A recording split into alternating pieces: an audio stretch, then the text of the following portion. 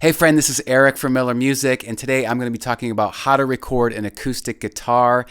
This is my three-step principle for doing it, and I believe it's a really easy way to get great sounding recordings. I'm going to be using Studio One, but the principles in here are universal, so you can use any DAW. Let's jump in. Okay, so the first step is the setup. I recommend using a condenser microphone. That's this over here. This is a Rode NT3 condenser microphone, but really any condenser will work good because they're really nuanced in terms of capturing all of the ambiances of the guitar. So I recommend that. Then this would go directly into an audio interface. I have the Scarlett Claret 8 Pre, but you can use any audio interface. I record at everything at 24-bit, 48 kilohertz, and the number one thing to not do in this phase is to plug your guitar in directly. What I mean by that is if your guitar has a direct input on the back, a little mic, you can go direct into the audio interface that way. And I believe this is great for like live playing, but not for home recording. Okay, so step number 2 is the mic placement.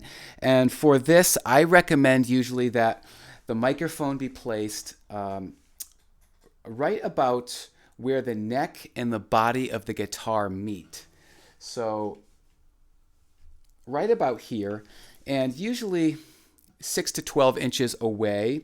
I find that this captures a little bit of the string noise from your fingers, but also captures the body of the instrument as well. And I'm going to play you some examples of that. Let's give it a listen.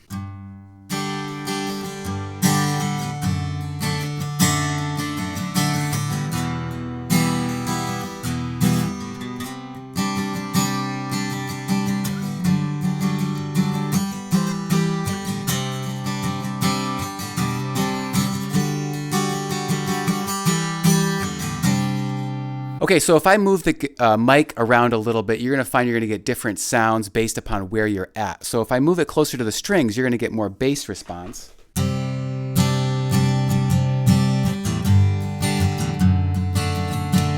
You hear a lot of that low end. If I move it towards the higher end of the strings,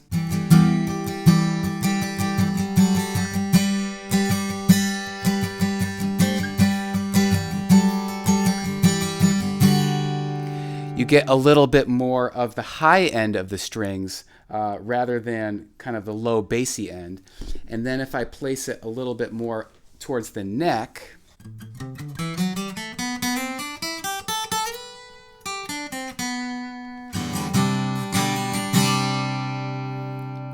let's try this.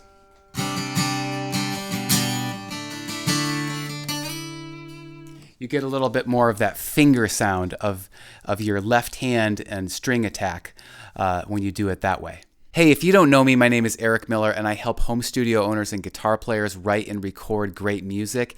And if you're finding value in this, I would so appreciate it if you could subscribe. Okay, so here I am inside of Studio One, and this is the third phase of recording acoustic guitars. This is the mixing phase, and you can see up top in this big blue track here, this is where the section of the acoustic guitar that I just recorded is, and then down here is the mixing window, and then here is where I have all of my effects. So let's just give it a listen quick again to this one little section, and I'm going to take off the effects. Here we go.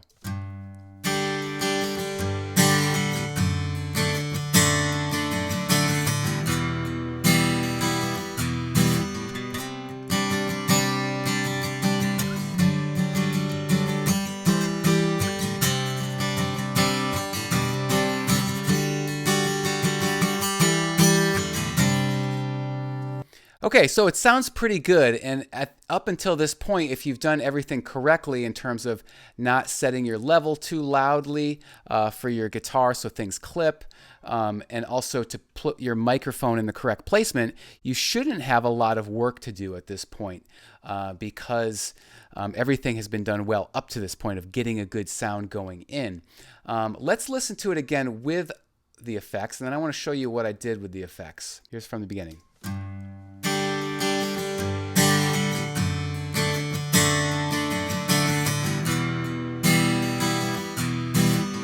So it just adds a little bit of warmth to it. What I have here is a Pro EQ. The Pro EQ, all I've done is just cut out some of that low end. You can see that here, just to not get too bassy. Then I added a compressor here, just to make sure there's not, too much going over, getting too loud, so it smooths out the sound. I have the threshold about -20 and the ratio at about 3:1. And then last in the chain is just a little bit of reverb.